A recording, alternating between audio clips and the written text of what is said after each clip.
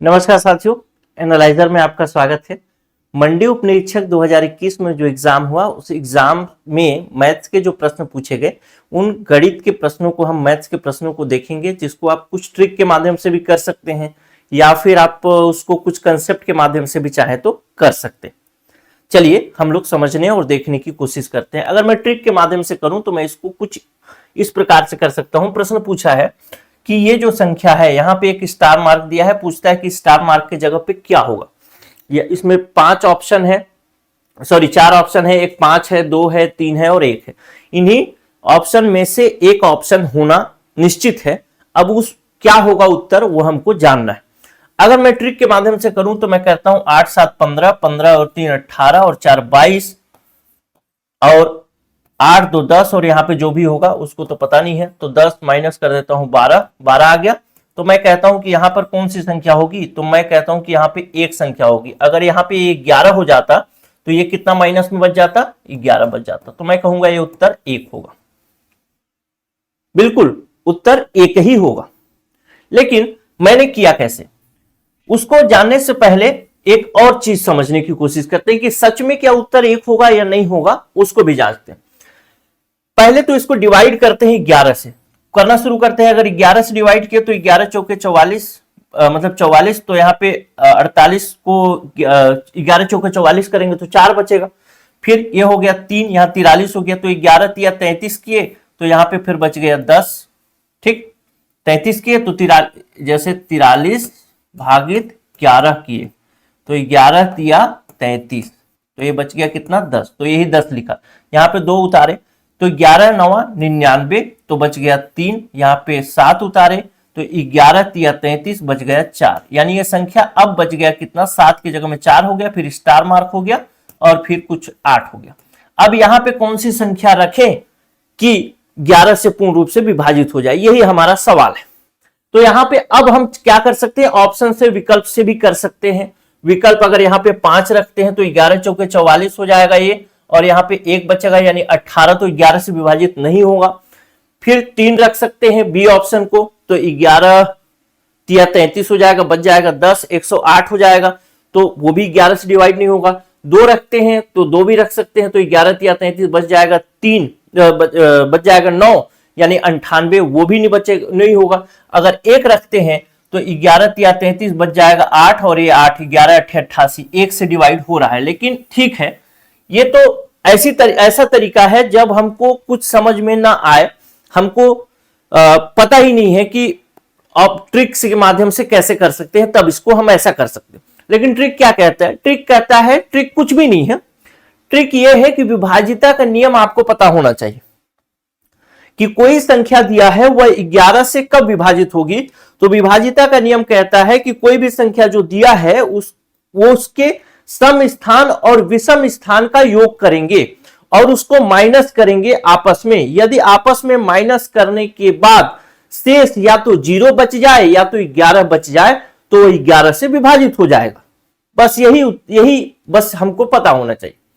तो अगर हम एक एक स्थान छोड़ करके करते हैं, मान लेता हूं मैं इधर से करता हूं, तो 11 एक पहला हो गया, ये फिर दूसरा और एक तीसरा हो गया। तीनों को जोड़े, 1 2 और 3, तीनों को जोड़ेंगे तो कितना हो जाएगा, चारों को, सॉरी 4 और 3 7, 7 दूना 14 और 8 22, और 8 और 2 10, माइनस 10 कर दिया।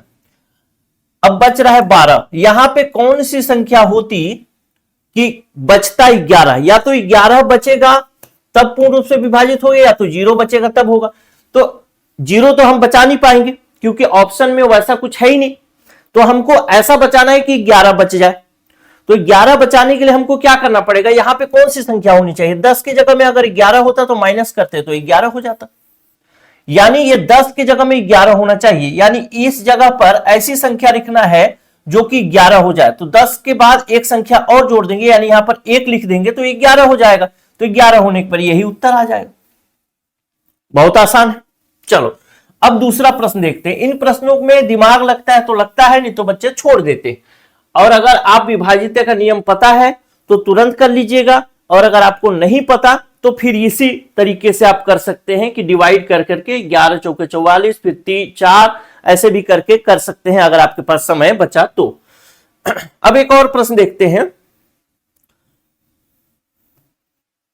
यह प्रश्न दिया हुआ है, क्या निम्न का मान क्या होगा पूछा है। इस प्रकार से बना करके दिया है और आखिरी में 20 का स्क्वायर दिया है। कुल मिला के हम इसको क्या करना चाहते हैं, पहले इसको सरल करिए और सरल करके डिवाइड करिए। ऐसे प्रश्न जब भी आपसे आएगा पूछेगा तो ये समझिएगा कि शुरू का जो पद होगा और आखिरी का जो पद होगा वहीं पर उत्तर छुपा होगा, बाकी बीच की जो चीजें होंगी वो कट जाएंगी। और काटने के लिए हमको क्या उपाय करना है, कैसे कटेगा, यही चीज आप इन्हीं तरीकों को आप क्लास में पढ़ते हैं या कोर्स में पढ़ते हैं। ठीक, चलिए फिलहाल तो मैं इसको बनाता हूं। इसको मैं किस तरीके से लिख सकता हूं, इसको लिख सकता हूं 2 का स्क्वायर है यानी 2 का वर्ग है तो 2 दूना 4 हो जाएगा। यहां पर 3 का वर्ग है तो 3 तिहाई 9 हो जाएगा। 4 का वर्ग है 4 चौके 16 हो जाएगा। 19 का वर्ग है तो 19 का वर्ग कितना होता है 361 होता है। 20 का वर्ग कितना होता है 20 का वर्ग होता है 400। इसी प्रकार से होता है। तो मैं इसको किस तरीके से लिख सकता हूं, मैं कुछ इस तरीके से लिख सकता हूं 1/4 ऐसा लिख सकता हूं।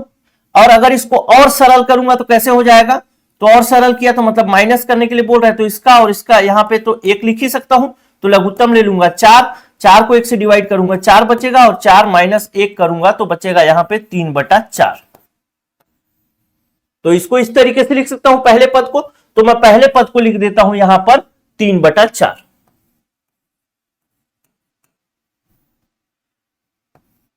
3/4। उसी प्रकार से इसको अगर लिखूं तो क्या लिख सकता हूं 3 तिहाई 9, यहां पे 9 आ जाएगा, 9 में से 1 माइनस करूंगा तो यहां पे बचेगा 8/9। तो इसको लिख सकता हूं मैं 8/9। उसी प्रकार से इसको 4 चौको 16 यानी 15/16। इसको लिख सकता हूं, किसी को भी लिख सकता हूं 19 161 हो जाएगा 361, तो यहां पे 360/361। उसी प्रकार से अगर इसको लिखना हो तो मैं क्या लिख सकता हूं, तो 20 गुणे 20 400 यहां आ जाएगा, 400 में 1 माइनस हो जाएगा तो मैं लिख दूंगा 399/400 ऐसा लिख सकता हूं, कोई दिक्कत नहीं। ठीक, अगर आप चाहे तो यहीं से काटना शुरू कर सकते हैं, मैथ्स के थोड़े जानकार हैं तो, और अगर थोड़े जानकार नहीं है तो और भी आसान इसको कर सकते हैं। कैसे कर सकते हैं वो भी देख लेते हैं। अब ये जो संख्या है 3/4, इस 3/4 वाले संख्या को मैं किस प्रकार से लिख सकता हूं, तो अगर 3/4 को अगर लिखना हो और इसमें फर्क ना पड़े तो मैं लिख सकता हूं 1/2 गुणे 1/2 गुणे 3/2 ऐसा लिख दूंगा। तो अंश का गुणा अंश से हो जाएगा, तो अंश का गुणा अंश से करूंगा तो ये हो जाएगा 1 गुणे 3 मतलब 3, और हर का गुणा हर से हो जाएगा तो 3/4। यानी ऐसा भी लिखूं तो कोई फर्क नहीं पड़ता है इसमें। ठीक, चलिए अगर ऐसा भी लिखूं तो कोई फर्क नहीं पड़ता तो मैं इसको और भी थोड़ा डिटेल में आपको बता देता हूं ताकि आपके लिए कभी आपके एग्जाम में पूछे तो आपके लिए आसान रहे। चलिए देखते हैं।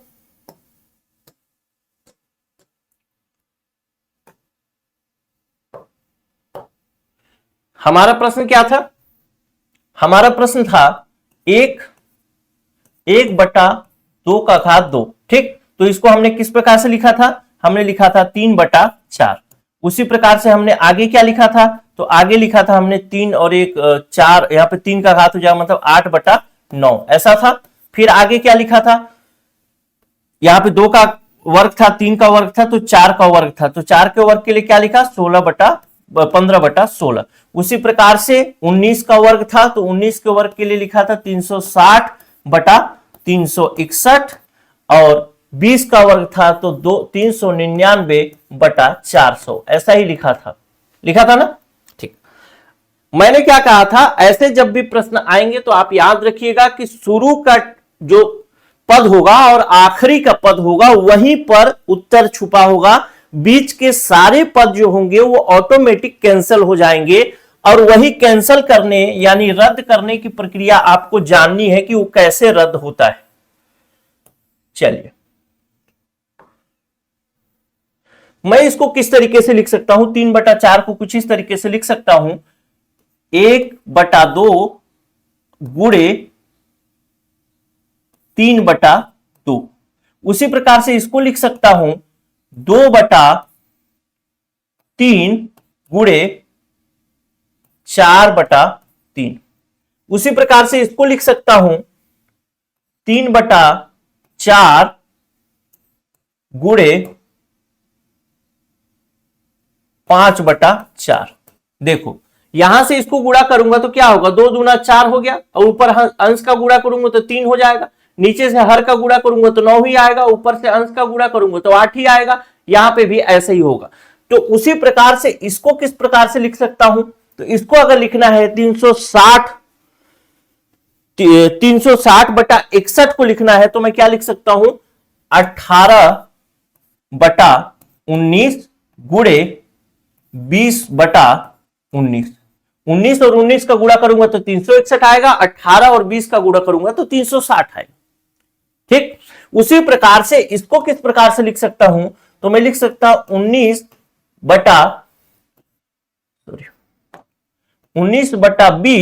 गुणे 21/20। सेम लिख सकता हूं, कोई दिक्कत नहीं है, ऐसा लिख सकता हूं तो कोई दिक्कत। बीच में कुछ भी होगा हमें मतलब नहीं है, मतलब है लेकिन हम अभी देख रहे हैं, क्योंकि ये ऐसा था, ऐसा था ना। ठीक, एक सही 1 माइनस 1/2 का वर्ग था, और फिर ये ब्रैकेट में था, फिर अगला संख्या जो ब्रैकेट में था, इसका मतलब इसके बीच में गुणा का चिन्ह है, तो मैं इसके बीच में गुणा का चिन्ह लगा देता हूं। ठीक, गुणा का चिन्ह लगा दिया। अब ध्यान रखिएगा, यहां पे बीच में कुछ संख्या है ना, ये जो डॉट डॉट है, ये वाला संख्या है यहां पे।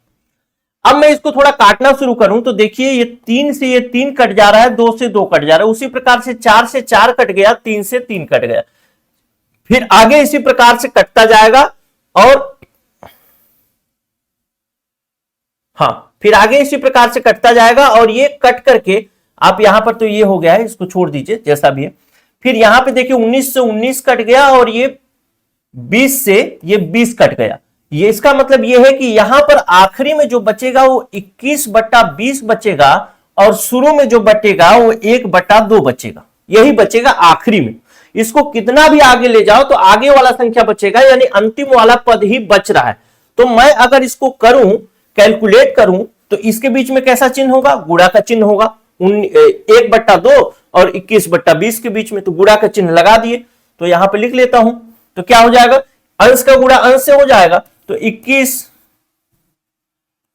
ऊपर में आ जाएगा 21, और हर का गुणा हर से हो जाएगा, यानी 2 और 20 का गुणा होगा तो कितना हो जाएगा, 40। अब इसी को थोड़ा सिंपल करेंगे, इसी को भाग देंगे तो हमारा उत्तर आ जाएगा। चलिए भाग देते हैं।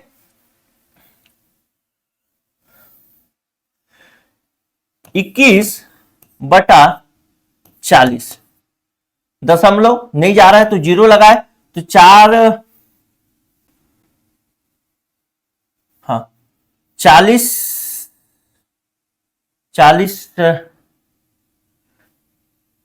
हाँ 40 अट्ठे कितना हो जाएगा, 4 पंचे 20, 5 हो जाएगा, 5 4 पंचे 20, 5 गुणे 40 करेंगे तो 200 आ जाएगा। यहाँ पे बचा 10, फिर एक 0 लगा दिए तो फिर 2 हो जाएगा, यहाँ पे 80 आ जाएगा, फिर यहाँ पे बचा 20, फिर एक 0 लगाए तो ये हो जाएगा 5। ठीक, यानी 0.525 उत्तर आएगा। अब इस सरलीकरण की प्रक्रिया आपको समझ में नहीं आई होगी, तो इसके लिए थोड़ा डिटेल में समझेंगे तो और समझ में आएगा, लेकिन बहुत आसान तरीके से मैंने आपको बताया है। फिर से इसको एक बार रिवाइज करा देता हूं ताकि आपको कहीं पर कोई कंफ्यूजन न रहे। चलिए रिवाइज करने की भी कोशिश करते हैं। क्या था, यहां पे क्या लिखा था, और इसका कोई शॉर्टकट नहीं होता ना, बस उसको आपको तोड़ना आना चाहिए। तोड़ेंगे तो आपका उत्तर बनेगा, नहीं तोड़ेंगे तो नहीं बनेगा। अब ये तोड़ने की प्रक्रिया कैसे होती है वही सीखना रहता है आपको मैथ्स एक्चुअल में। देखिए मैंने क्या किया, इसको तोड़ा और तोड़ करके क्या लिखा, 3/4 लिखा। अब इस 3/4 को तोड़ा 1/2 गुणे 1/2 में,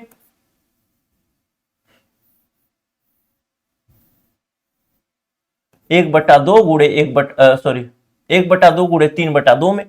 ठीक, तो ये हो गया 2 दूना 4 और 3 एकम 3। उसी प्रकार से इसको कैसे तोड़ा, तो इसको तोड़ा 2/3 गुणे 4/3 में। 3 तिया 9 और 4 दूना 8, ये हो गया। ठीक, अब बस बीच बीच से हमने काट दिया इसी प्रकार से, 3 से 3 कैंसिल किया और इस 2 से 2 कैंसिल किया। अगर इसका और इसका वैल्यू पूछे तो आप कहेंगे इतना ही अगर दिया रहता तो इतना का भी वैल्यू निकाल सकते हैं। आपको बीच वाले सारे जो पद हैं, सारा जो भिन्न है उसको बस कैंसिल करना है, शुरू और आखिरी वाला भिन्न ही काम आएगा, बस इतना जान लीजिए। ठीक है, तो ऐसा प्रश्न जब भी आएगा गुणा वाला तो आप वही प्रक्रिया अपनाएंगे, बस उसी प्रक्रिया को आपको सीखना है। चलिए अगला और प्रश्न देखते हैं, इसी प्रश्न को देख लेते हैं, क्वेश्चन नंबर 12 को। कहता है 12 के गुणजों का लघुत्तम समापवर्तक 1056 है, यदि इसमें से एक संख्या 132 है तो दूसरी संख्या क्या होगी। मान लेता हूं पहली संख्या जो है वो x है, दूसरी संख्या मान लेता हूं y है। चूंकि कहता है कि 12 के गुणजों का मतलब पहली संख्या जो है वो मतलब एक तो x है एक y है, अभी इतना समझिए। चूंकि वो 12 के गुणज है तो इसको मैं कह सकता हूं कि पहली संख्या 12x है और दूसरी संख्या 12y। ठीक, दोनों हो गए। और उन दोनों का लघुत्तम समापवर्तक 1056 है, इनमें से एक संख्या 132 है तो दूसरी संख्या आपको बताना है। तो ये अगर ये दो संख्या ही है हमारे पास, इन दोनों संख्या का लघुत्तम क्या होगा, इन दोनों संख्या का लघुत्तम कितना हो जाएगा 12xy, यही होगा। कैसे निकालते हैं, बहुत आसान है। जैसे 12x 12y का लघुत्तम अगर हमको निकालना है तो कैसे निकालेंगे, पहले 12 से डिवाइड कर देते हैं तो यहां पे बच जाएगा x और यहां पे बच जाएगा y, तो इसका गुणा हो जाएगा तो 12xy, यही लघुत्तम हो जाएगा। अब महत्तम समापवर्तक क्या होगा, तो महत्तम समापवर्तक वह संख्या होगी, बड़ी से बड़ी संख्या